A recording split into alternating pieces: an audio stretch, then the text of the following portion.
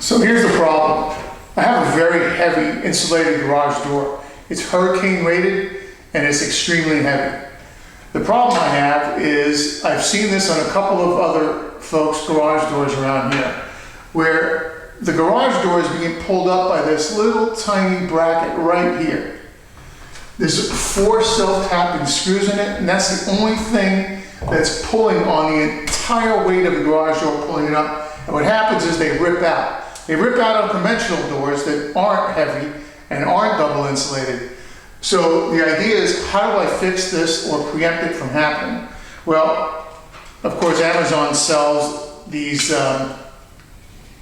brackets that replace this, and they actually replace the entire lower hinge and add support to the entire door. That's a great idea, except for one thing. In my case, the leverage point of my garage door is very high, and this is in the way. So I have 2 choices. I can try moving the leverage point all the way down here. It's about 3 inches. I don't know what that's going to do to the weight of the garage door or the way they have the springs adjusted. It could, because now the leverage point is going to be different. Or I can put it where it was based on the length of my garage door panel, but I'm going to have to bend this thing here.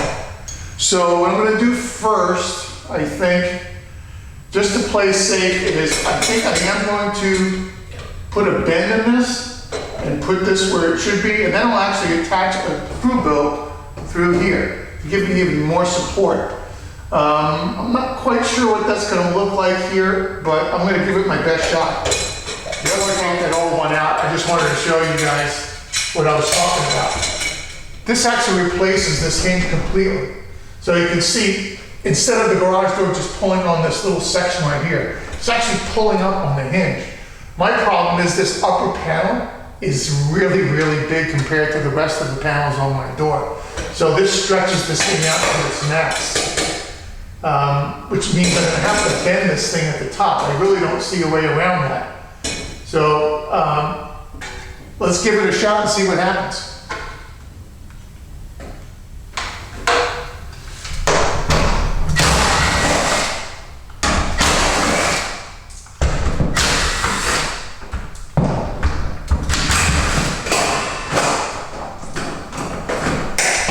Okay, I got this. I won't need this again, so I'm going to put these in my pocket so I don't lose them.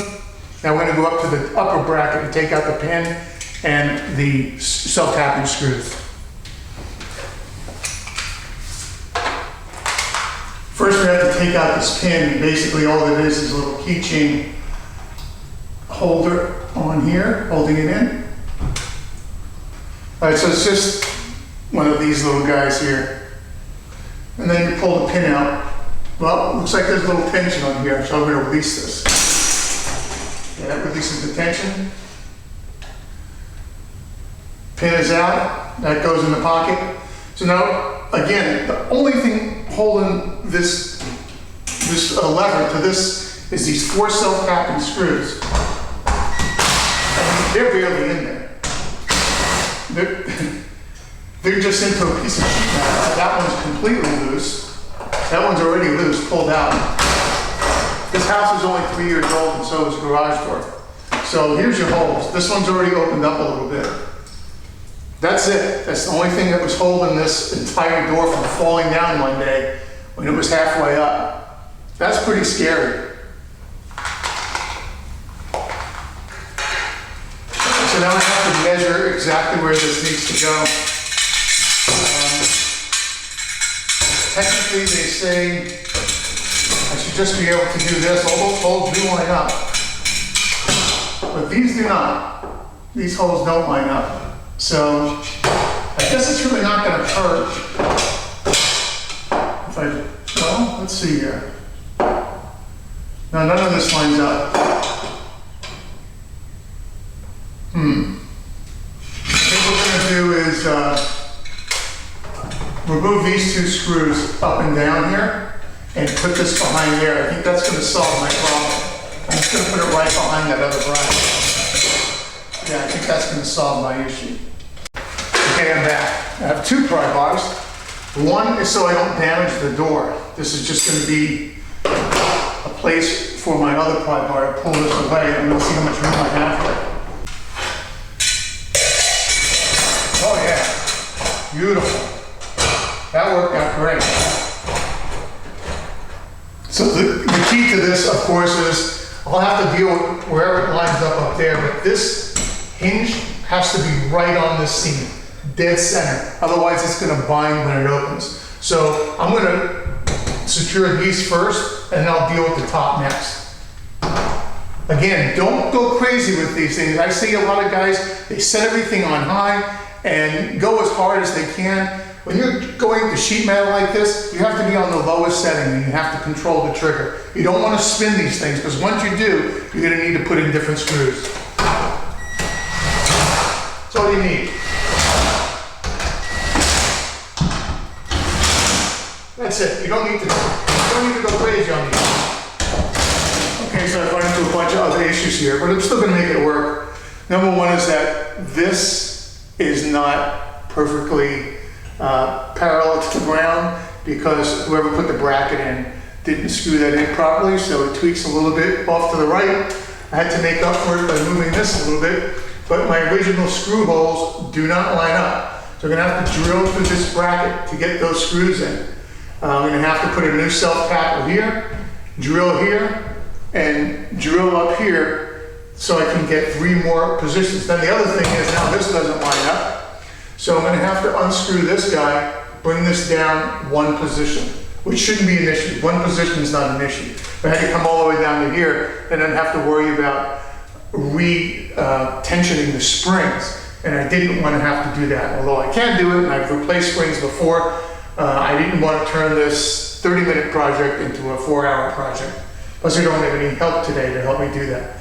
So time to get out the drill and start drilling. All right, here we go again. So, where I put these arrows, those are the new holes I drilled in this bracket. I made them a little large, but that's where they needed to be based on where the other screws were. I didn't want to drill this while it was on the door because if I drilled too deep, it would go into the door and of course the holes would be useless. So, I'm going to slide this guy back in. I am going to need a little help from my... There we go. I'm glad it worked out this way because I was able to get 2 sets of side bolts in instead of just 1.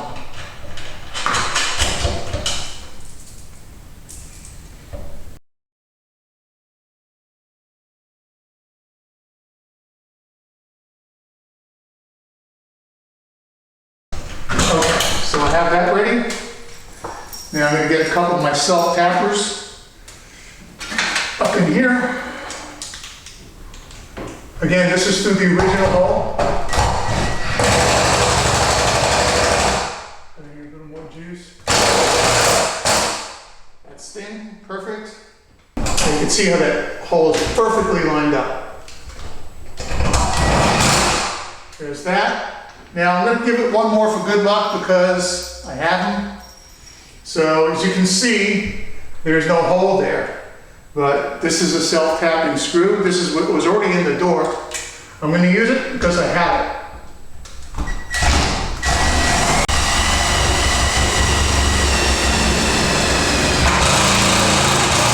There you go. So now I got 3 on the top. I got 4 on the bottom. I'm going to tighten up my side bolts.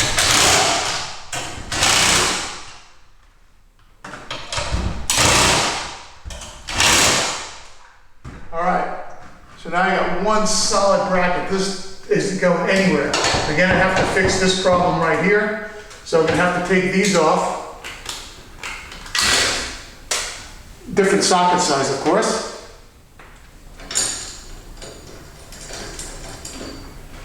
All right. Where my metric crescent wrench again.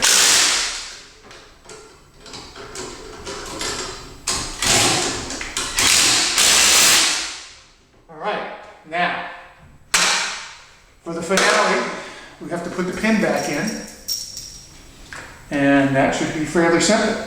It comes with a much longer pin because it has to go through all of this now, instead of just that little piece that was in there before. Plus, it comes with one of these clips.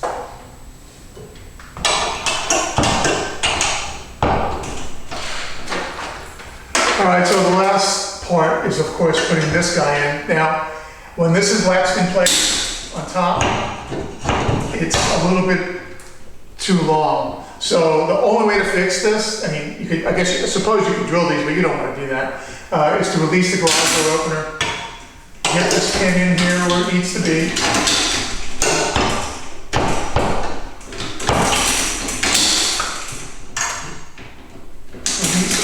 There we go. And we're going to have to use the LiftMaster buttons on the door to adjust how the door closes and where the end point is. So this is the original pin. This is the new pin. It goes through both sides. Has a clip to keep it in there. Now I have all of this, all of these screws, instead of 1 or 2 screws holding this from ripping out at the door, basically all of this has to rip out. These have to rip out, this has to rip out, and this whole bar has to rip out for this to come off. So I'm absolutely convinced this is the perfect fix. I'm not going to go through the adjusting the garage door because every garage door is different. But here's the fix. And again, I looked on everywhere I could to find an exact installation like this. I did see a couple of YouTube videos, but nothing on my particular situation. So I hope this helps. I'm going to have a link to this product in the description below. And I strongly urge that if you do have a garage door, pretty much any garage door, to get this product and put it in there before it rips out. Because once those screws ripped out, I mean, unless you want screws showing through the other side of your door, long bolts, this is the only fix. All right, so I adjusted the garage door and it works perfectly. I'm glad I did that anyway. Probably needed a little tweaking. I didn't make too much of a mess considering what we had to do here. So in the end, we replaced this one little bracket, which was the only thing taking all the stress of this garage door. Just to give you some scale here, that's how small this bracket is. Look at what we replaced it with. So definitely worth the money. Strongly urge you to do this fix when you get a chance. So until next time, thank you for watching. Don't forget to like and subscribe.